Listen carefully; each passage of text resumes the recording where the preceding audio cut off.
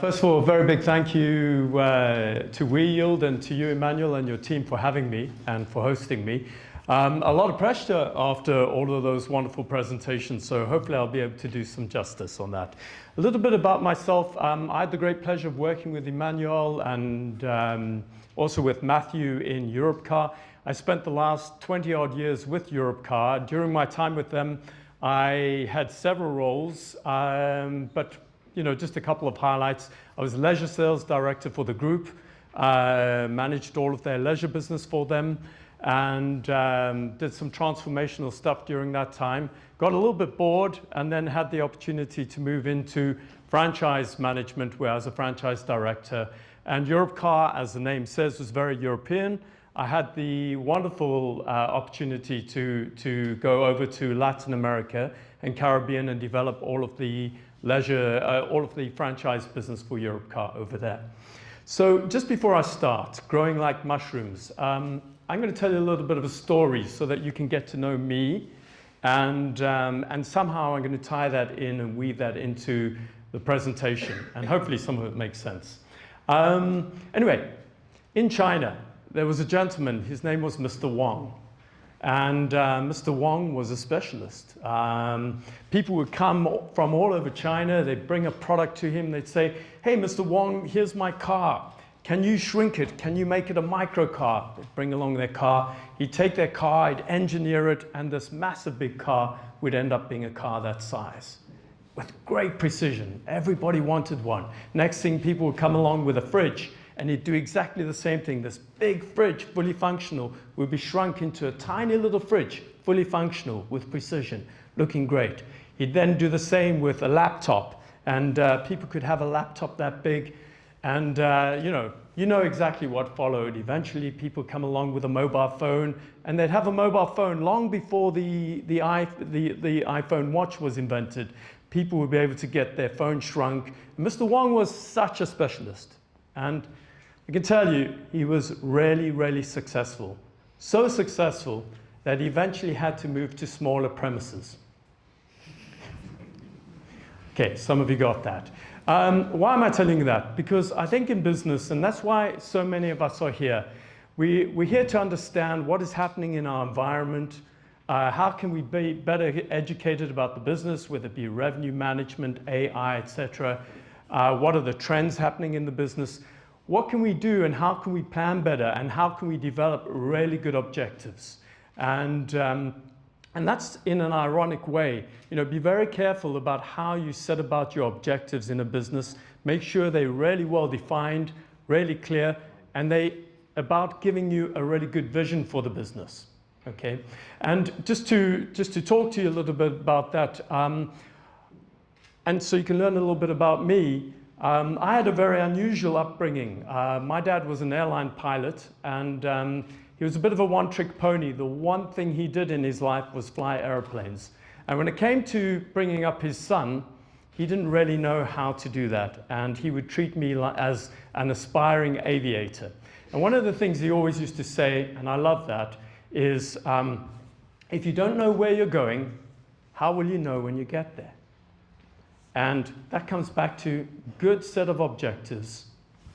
A good set of goals is going to help guide you where you want to go in this life, what do you want to do with your business, and can really be quite transformational. And so let me move on. Okay, a really good picture of me. All right, so what do I want to talk to you about today? We have a lot of franchisees here. Some of you are members of a franchise group, and one of the reasons you're here is because you want to improve and improve your performance in the business. But some of you are going to be asking the question over time, if you haven't already been asking that, am I with the right franchise network? Are we going in the right direction?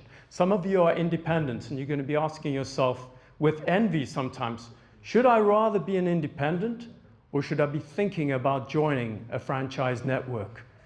And then some of you are going to be tempted by this new sort of situation that we have out there in the marketplace. How many of you were in Hall 9 today? Did some of you, and how many of you witnessed new franchise brands out there in the market? There's quite a few. And frankly, if you go online, you're going to see there are a lot more franchise brands out there. So I'm going to try and do a little bit of an expose, trying to help you decode what some of these businesses are.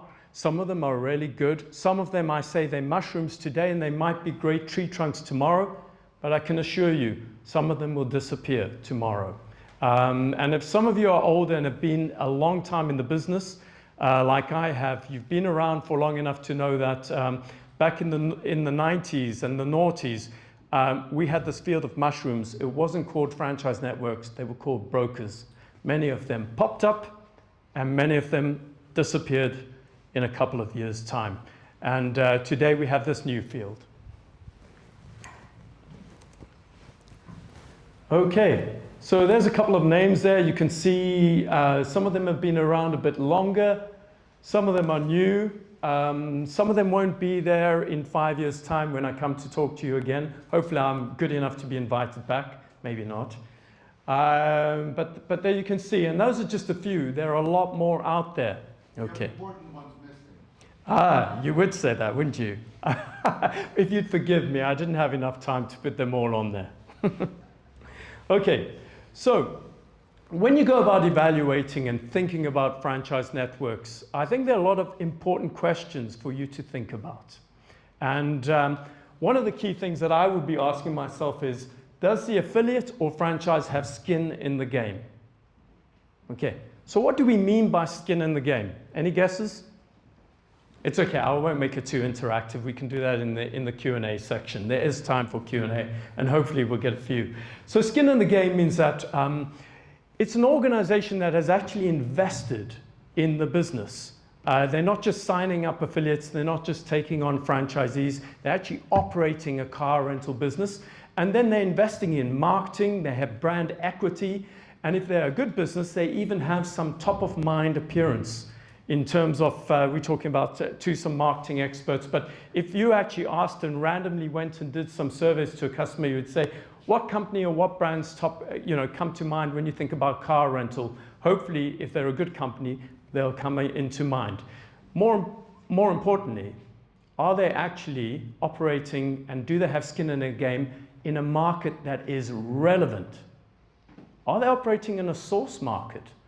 Or they a company that's trying to sell you a franchise, maybe from Croatia? That's okay.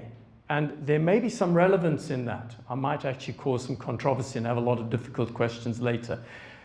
But do you want to be in a field where customers might come to you directly because in the home market, which is an important source market, maybe like Germany, UK, Netherlands, France, and they've come directly to buy your business or your brand because they had a good experience in the home market?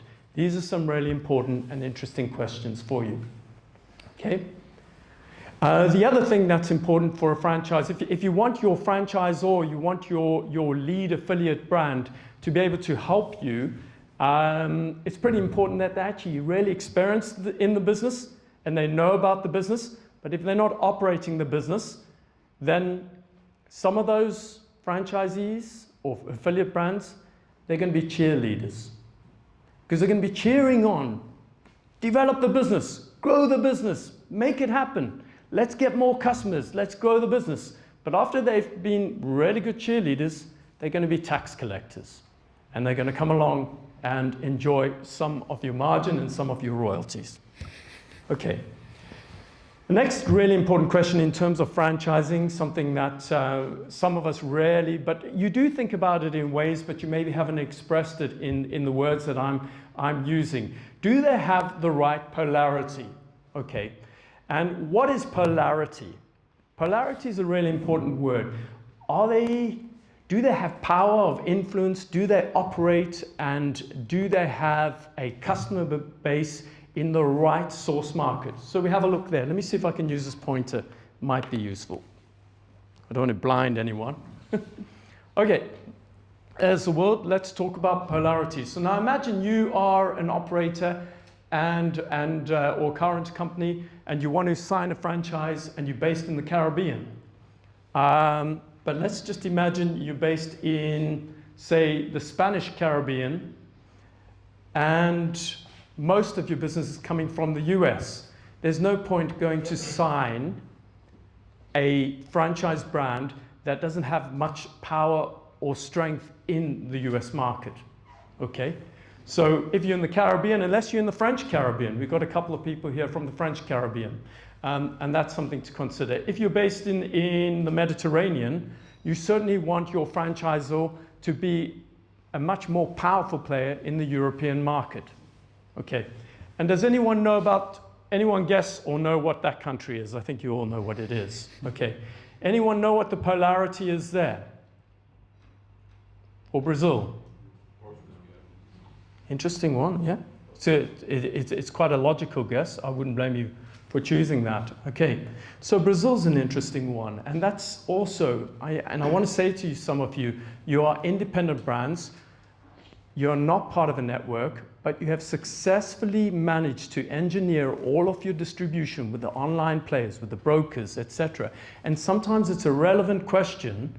It's a very relevant question. Shall I stay independent? It's not always that you want to join a network. If you were a Brazilian player, incidentally, and I've operated for more than 10 years in Latin America and Caribbean, 92% of the Brazilian business is from Brazil. So why would you want to give away all of your royalties and give away your margin and take away your competitiveness to a franchise brand? Okay? These are some things that, you can think deeply about. And why am I talking to you today? Because, one of the things I do as a consultant is I help companies decide and navigate their future. And sometimes it's worth spending a little bit of money to make sure that you're going to have the right outcome, not short term, but long term, and you're going to arrive at the right destination. Okay, diversity or the one-trick ponies. I told you about my father's a one-trick pony, and really the only thing he ever did, he didn't play golf, he didn't do sport, he just flew aircraft. By the time he retired, it was a nightmare. He didn't know what to do with himself. So, luckily he was able to fly till he was about 75, and he did. And he's still alive, but the only thing he can talk about is aircraft. What we are talking about, oh, will you excuse me? Whoa, I'm going back there, okay. What are we talking about in terms of diversity? We've actually heard, it was Stefan who spoke about it in his revenue management presentation. And I thought it was a really, really great problem to have. But let me tell you that if you're not with the right brand, you won't have this problem. And you will really desire and envy that problem, but that depends on what market you're in. Imagine you are an operator and you're based in Cyprus. That's fine. There's nothing wrong with getting a franchise with a player who's only a leisure player, because you're not going to get a lot of corporate business. But imagine you're based in Spain and you have an operation, you have a station in Barcelona and you have a station in Madrid. You really want to go, and you're going to want to sign with a franchise or an affiliate network that is not a one-trick pony, but does all the different segments of the business. They operate in direct-to-brand business, public business. They operate in B2B, small and medium enterprise B2B. They operate in leasing and also replacement and insurance business. So these are things that you need to think about. And when you are evaluating an affiliate brand or a franchise, ask yourself these questions. Ask them those questions. Try and define, or get an expert like me who can help you really ascertain, where is this business at? Okay? Then, power of influence, leverage in the game. Okay? Just incidentally, that's the greatest rugby player that ever existed. It's a little dig at my French colleagues, because I'm South African and I support the Springboks, and of course we caused a couple of heartaches with these guys, and we have an Irishman in the field as well. Sorry, we're talking rugby and it's not necessarily very universal, but there you go. I saw the green, I just thought it was Ireland. Good on you. And they may well be the next world champions, eh? Okay. So power of influence, leverage in the game. It's interesting going with some of the leisure affiliates, and they can definitely link you in with all of the major players like Expedia, Orbitz, where, you know, the likes of car rentals and rental cars and all the different players, and that's pretty good. One of the key questions you have to ask yourself is, are they powerful? When they go into those negotiating rooms, can they leverage some advantages? Do they have buying power? Can they make sure that you're actually landing on the front page of the customer choice when they're using their algorithms to sort the different results when you're looking for car rental? Are they powerful enough to even be on the interstitial page or the opening page because they've got a powerful brand? Those little things are all quite important, okay? What about things like the commercials, volume rebates? So we talked about, you know, maybe improving your results by €1, but sometimes that €1 is lost because you're paying too much in volume rebates, okay? So have a look at these brands and make sure that they've got enough influence. Another area of influence is also having leverage on things like costs. If they're a good franchisor, they might even be able to get you rebates in terms of fleet deals. That if you buy enough from certain manufacturers, you might be able to get some kickbacks in terms of the costs, and that can be an important part. What about their access to technology? Can they negotiate on your behalf to make sure you need to be thinking about and making sure that you've got some sort of buy-in on that? And don't forget the distribution channel, because sometimes going by yourself is not really achievable with big brokers or OTAs. 100%. But there are circumstances where even as an independent, because you can deliver very high level of quality, and you've leveraged and built the right relationships over many years, you can actually have reasonable results, but not necessarily all the best results. Good point. Okay, and then what speaks to the quality? The same for technology. Now imagine going to an affiliate who's never really come to visit your stations, never come to check on your quality, never come to check on your business, and say, yeah, we like what we see, we've done all the meetings online, you look like a nice guy, we've met each other in person at ITB, we think you're a good operator. And you might ask them the question, but do you have any procedures, how we can operate? They may not have any procedures. So how's it going to have an impact on their quality? And quality is really important because you may be a quality player, but what if the other affiliates are not? Then you're going to suffer what we call guilt by association, okay? And in fact, what you're really looking for is the opposite of that. You're looking for success by association, because the different members of the affiliate or franchise group are all really good operators. And when someone has a good experience in Italy and then decides on the next holiday to go to Croatia, they're going to have a good experience. One of the reasons they've chosen to come back to you is because on their first experience they had a great customer experience. So those are things that you really need to investigate. And we're quite lucky in this day and age, it's pretty transparent to do that. If you go onto booking.com, you go to Expedia, you can start to see customer scores. And we spoke about this in London, you know, with some of the tools that you can use for pricing. And we said, you know, what about pricing? Doesn't it also need to take into account yours and your competitors' customer score? Because if your price is super low, but you have pretty poor quality, you may need to be adjusting your price in order to reflect that. If, however, you've got, let's say you're an independent and you've got really good quality, you might be able to be looking for premium on the pricing. But you have to do all of that in conjunction with the way that your competitors are priced. It comes down to what you were saying, Stefan. I think you need to look at the many multiple variables. You know, same thing with the segmentation, but also many different variables, including customer score when you're doing your pricing. Okay, and then what about the technology? You really need to assess the different franchise models and the different affiliate models. Have they invested in technology? Are they a progressive company or are they just a copy-paste company? Are they a company that's got the investment capability to invest in the future? It's all very nice talking about AI, but if you sign into a group that doesn't have the capacity, doesn't have the resources to go in that direction, then you might find yourself trailing behind, okay?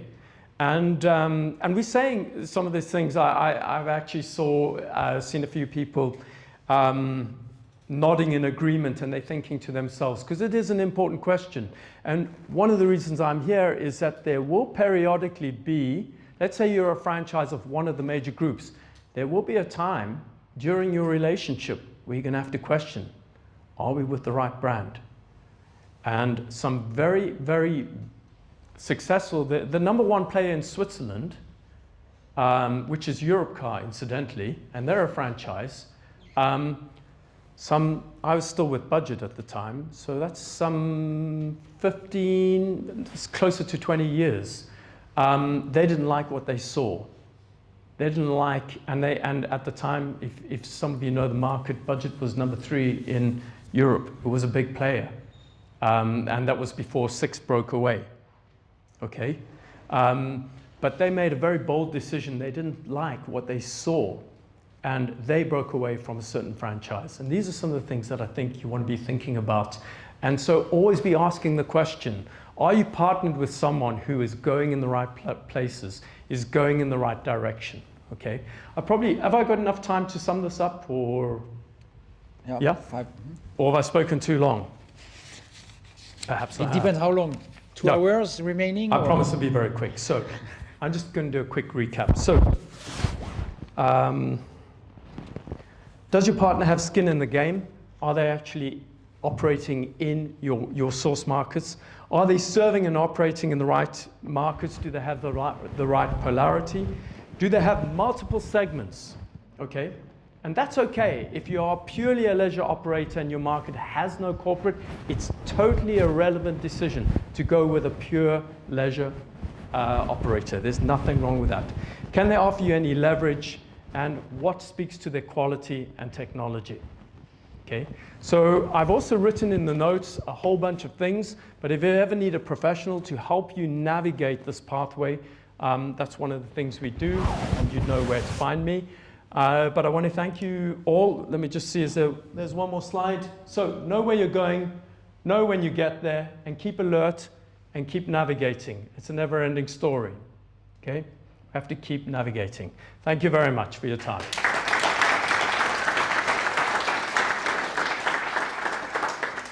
Any question from the audience? No? I had a quick experience to share at Fitur last January. I met a guy who started, he was independent car rental company in Morocco. He signed up with an American franchisor. And the guy told him, yes, we are in Expedia, no problem. And then when they plug him, they plug Expedia.com from US, which certainly have a 1% entry in Morocco from US people. I don't know, Guillaume, but I'm sure American people are very small. And he was expecting to have Expedia.fr, Expedia.co.uk, Expedia.de, Expedia.es. So he was super upset. But in fact, that was his fault. In fact, he did not check really. Instead of just looking at the brochure maybe, or the speech of the sales guy, exactly what was behind. So he had to stop everything and to start a new franchisee, a new franchisor. So I like this way and the process you explained to really look at the value and investigate. We are coming from the green world long time ago. If you look at the quality of Greenway, Wizard. We can even not extract data still yet today for our clients working on as AV licensees. It's unbelievable. You said that the quality of data is so important. So when you sign with these brands and you cannot connect anything, that's such a weakness afterwards. So you are locked with your techno, as you said. You may be locked. Yeah. It's, I'll share a little bit, franchise roles are really great roles, but when you sell a franchise, not everybody has a moral fiber, but I certainly did. If I've sold a franchise, I want to be able to deliver what we've promised. And I'll never forget, we sold with a nice partner in Colombia, and of course, you know, I was with a green company, and it became very challenging to deliver them the business because we did do our homework. We were a little bit surprised. We didn't know that the polarity was as strong as it was. But Colombia is a country with 90% of their business is coming from the United States. And unlike the orange companies who had a nice solution in the US, we had to do a hop, skip, and a jump. And luckily, we had partners, and we were able to switch on some business. But I was in the hot seat for a long period, you know. But you've got a lot of systems out there that will sell you something, and they're not too bothered about what the results are going to be. You know? So. Any comments? Okay, thank you very much, Mark. It was very nice of you.